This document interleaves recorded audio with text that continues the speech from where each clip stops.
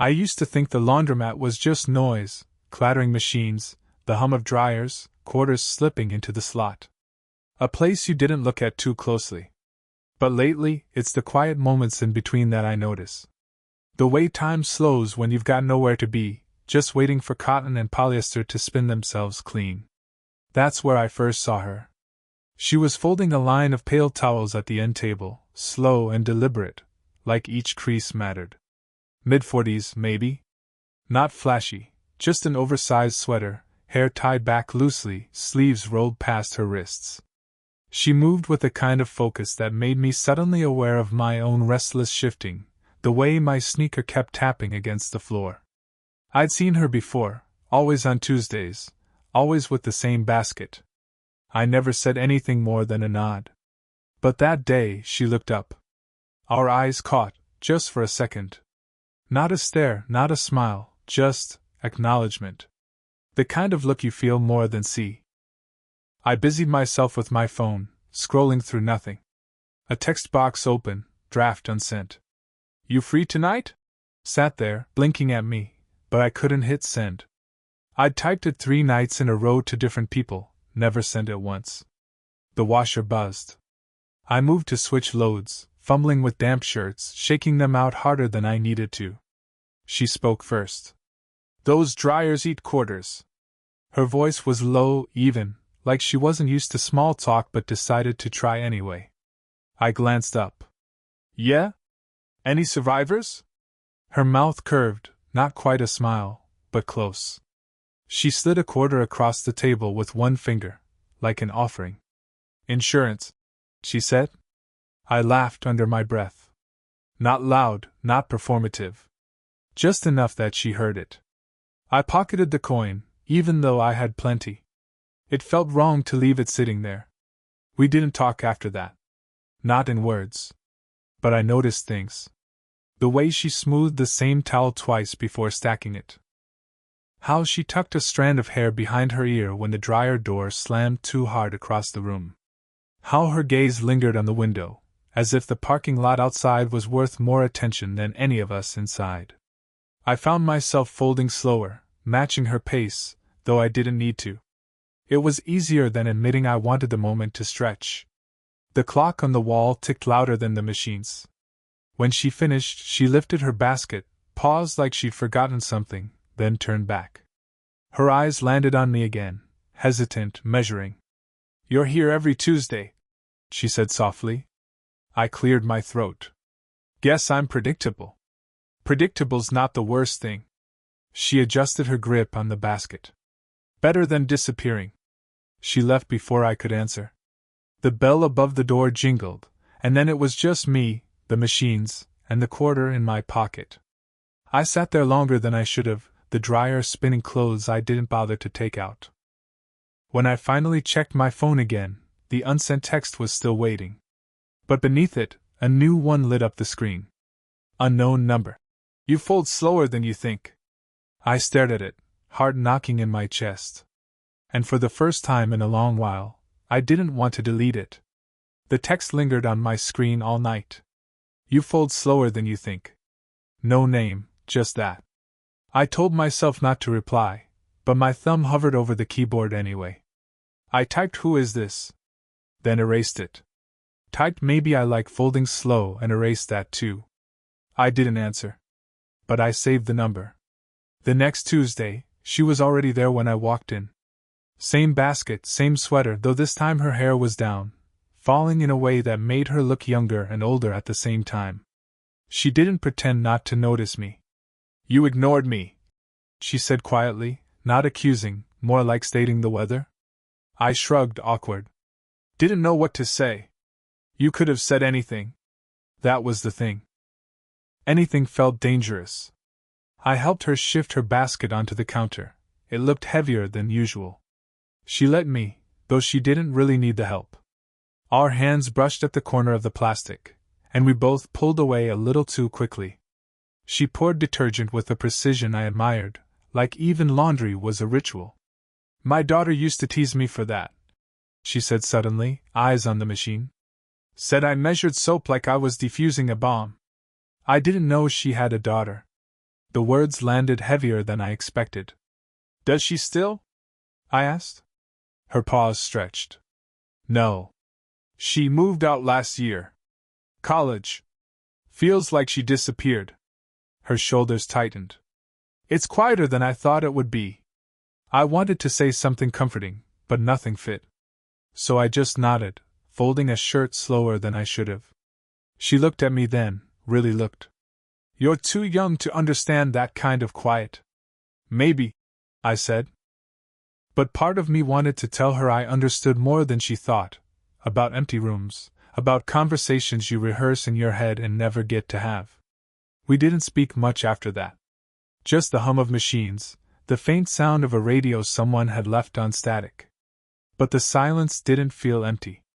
It felt like both of us holding back words that might change everything. When her load finished, I offered her tea from my thermos. It was nothing fancy, cheap black tea in a dented metal flask, but she accepted. Her fingers brushed mine again as she took it, warmer this time, lingering just long enough for me to notice. She sipped, grimaced. Too sweet. Sorry, I muttered. Her eyes softened. Don't be. It tastes like someone cared enough to make it. I don't know why that moment stayed with me. Maybe because it felt like someone finally saw me. She handed the thermos back, her hand steady, but her gaze wasn't. It drifted over me like she was trying to decide if something was crossing a line. Then she smiled, small, tired, but real. See you next Tuesday. She didn't have to touch my arm when she passed, but she did. Just lightly. Enough to leave a print I kept feeling long after she was gone. The next Tuesday, I arrived later than usual. For a moment, I thought she wasn't there, and the hollow in my chest told me too much. But then I spotted her by the farm machines, sleeves rolled up, hair half-pinned like she'd rushed out of the house. She noticed me instantly. You're late, she said, voice even, but her fingers kept worrying the hem of her sweater. Had a shift that ran over. I shrugged, pretending it didn't matter. She gave a small nod, as if she wanted to say something else, but didn't. We worked in silence, side by side. My phone buzzed once in my pocket. A friend, game tonight? Bring beers. I ignored it. My eyes drifted instead to her hands, steady, deliberate, until she caught me watching. I looked away, folding faster than necessary. She broke the silence first. You always fold like that? Sharp edges like you're proving something? I smirked, though my throat felt tight. Better than wrinkles. Her laugh was brief, softer than last time, but it carried something else. Something heavier. And then the door chimed. A man walked in, middle-aged, carrying a bag of detergent under one arm. He nodded at her, familiar. She nodded back, just polite enough. My chest tightened before I knew why. He chose a machine near ours. Too close. I felt myself stiffen, words caught behind my teeth. She must have sensed it. That's just Mr. Halpern, she said quietly, leaning closer, her voice for me alone. Lives down the street. It should have eased something, but instead it sharpened the awareness of how near she was, her shoulder brushing mine as she moved past. When she poured detergent, her hand trembled. Just once. Everything okay? I asked. She didn't answer right away. Then low. We shouldn't, even this feels. She cut herself off, eyes on the spinning machine. The words hung between us, unfinished. I wanted to say, it's nothing. Just laundry. Just tea. But the way my pulse thudded, I knew it wasn't true. Mr. Halpern left before his cycle finished, forgot something maybe. The door chimed closed. Silence rushed back in. Her shoulders loosened. Mine didn't. We stayed like that, caught in a quiet that wasn't comfortable anymore. It was charged. When her basket was full, I reached to steady it for her. My hand covered hers on the handle, just briefly. She froze, then looked at me. Not startled. Not angry. Just caught. Her lips parted, as if to say something. But no words came. I leaned forward without thinking. Not close enough. Just far enough that if either of us moved an inch, she stepped back. A small movement, almost nothing. But it broke the spell. Her voice was steady again when she spoke. Next Tuesday. She left without looking back. I stood there with clothes I hadn't folded, heat still in my chest, the unfinished moment pressing harder than if it had happened. It wasn't Tuesday. That's what made it feel different. I was walking home from work, backpack slung too heavy on one shoulder, when I saw her sitting on the bench near the corner store. No basket, no sweater. Just her, a paper cup of coffee cooling in her hands, eyes on something distant I couldn't see. I hesitated. Could have walked past. Should have. Instead, I stopped. Not laundry day, I said. My voice cracked the air too loud. She looked up, startled at first, then softened. Guess not. Coffee day. She tapped the cup lightly. Though it's gone cold. I sat down beside her. Too close, maybe? The bench was narrow, and I could feel the space between us as if it were alive. For a while neither of us spoke. Just the faint sound of cars passing, a dog barking somewhere down the block. She wrapped both hands around the cup, though she didn't drink. Finally she said, "You should be out with friends." "Not here. Not with me." I shrugged, staring at the ground. "They don't notice when I'm there." "Not really." That seemed to catch her. She tilted her head, studying me. "That's not true." "It is." I forced a smile. "Guess I fold better than I talk." Her laugh came small, tired. Then her expression shifted, something heavier pressed behind her eyes. "I shouldn't let this happen," she whispered. "I'm old enough to know better." The words cut sharper than I expected. "Do you think I don't know?" My voice came out lower, rawer. "Every time I walk into that place, I tell myself, don't linger, don't stare, don't want." Her breath caught. She set the cup down on the bench between us like it was a wall. "I have a daughter your age," she said, almost to herself. "What would she think if she knew?" I didn't answer. Couldn't. The guilt in her voice twisted with something else, fear, maybe, or longing she didn't want to admit. The silence grew unbearable. I leaned forward, elbows on my knees, staring at the cracks in the sidewalk. My chest felt too full, like if I didn't say something, I'd choke on it. "You make it quieter," I said finally. "The noise in my head. When you're around, it's just less." She didn't respond. Not right away. I risked a glance. Her eyes were fixed on me, steady, unblinking. Her hand moved slightly, as if to reach across the bench, then stopped halfway. "Don't say that," she murmured. But her voice broke on the last word. The air between us thickened. She was close enough now that I could see the faint lines near her mouth, the tiredness under her eyes, the way she pressed her lips together like she was holding something back. I thought, this is it. She'll either walk away, or she won't. But she just asked, soft, trembling, "What are we doing?" The next Tuesday, she wasn't there. At first, I thought maybe she was late. I sat through the entire wash cycle, listening to the machine spin, checking the door every time the bell jingled. But it was always someone else. Teenagers laughing too loud, a man with work-stained coveralls, a mother with two restless kids. Not her. I told myself it didn't matter. People have lives, schedules change. Still, the laundromat felt wrong without her. Empty in a way the noise couldn't cover. I waited another week. She didn't come. By the third Tuesday, something in me cracked. I typed her number into my phone, still saved, though I'd never replied to that first message. "You okay?" sat on the screen. I stared at it so long my thumb went numb. Then I erased it. Instead, I walked past her street that night. Just once. Lights were on in the front room, curtains half drawn. I saw a figure moving inside, couldn't tell if it was her. I almost knocked. Almost. But I kept walking. The following Thursday, I saw her outside the grocery store. No basket, no sweater, just a coat buttoned too tight, a cart half full. She spotted me before I could decide whether to approach. Her smile flickered there, then gone. You haven't been around, I said, trying for casual. She adjusted the strap of her bag. Been busy. Her tone was clipped, like each word had been measured and cut short. With what? The question slipped out sharper than I meant. Her pause stretched long enough that I wished I could take it back. Finally, she said, My ex-husband's back in town. He wants to talk about things. She didn't explain, and I didn't ask. The silence between us thickened. She touched the card handle, fingers tightening.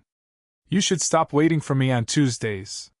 It felt like a dismissal, but her voice wavered just enough that I couldn't believe it fully. I wanted to argue. To ask what that bench moment had meant, what her hand had almost done, what her question, "What are we doing?" was supposed to be. But her eyes didn't invite answers. They warned me away. So I just nodded. Sure. She gave me a small, tired smile. The kind people wear when they've already chosen to leave. I watched her walk away, the cart rattling over uneven pavement, her coat swinging slightly with each step. That night I sat with my phone again. Typed, I miss Tuesdays. Deleted it. Typed, do you want me to stop? Deleted that too. The blank screen reflected my face back at me, pale in the glow. I didn't feel heartbroken. I felt paused. Like life forgot to finish the sentence. The laundromat stayed noisy, but quieter all the same. It wasn't Tuesday when I saw her again. It was late evening, rain just clearing, the streetlights glowing soft against wet pavement. I was heading home when I noticed her on her front porch, fumbling with a grocery bag. A box had split open, cans rolling across the step. I hesitated at the gate. I could have walked past, pretended not to see. But my feet carried me closer. Need a hand? I asked, voice low.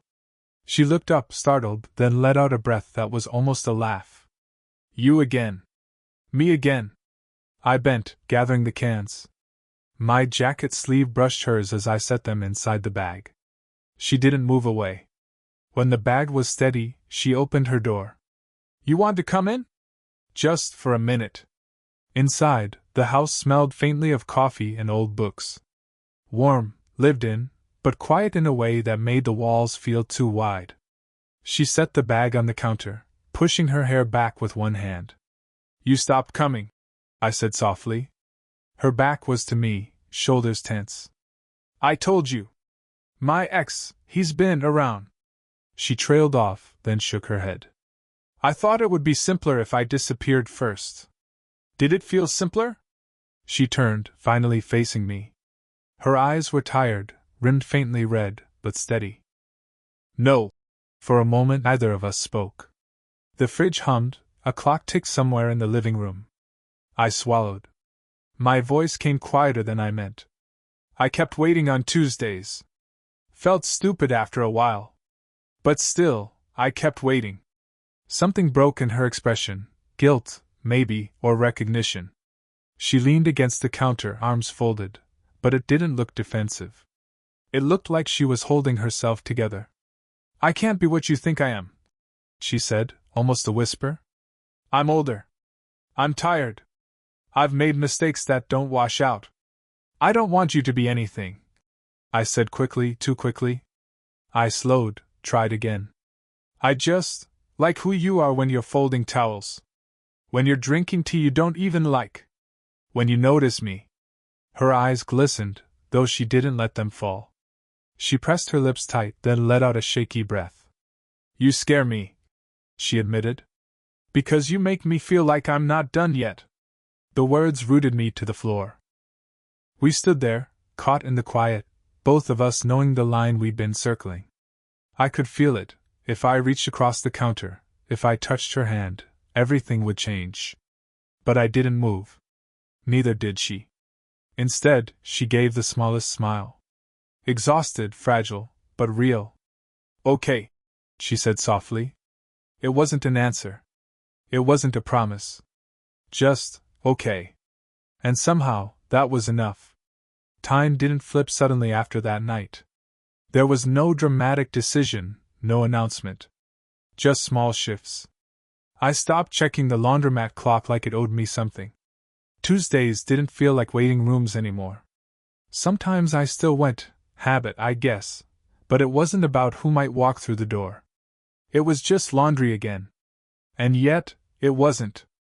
Because every so often, she would text, bench? Or 8:47? Short, clipped, no fuss. And I'd know exactly what she meant. Sometimes it was the park bench, sometimes the one outside the corner store. Always quiet spots, never crowded.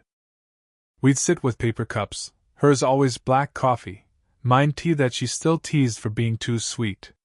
The routine was ours now, but softer. Less desperate.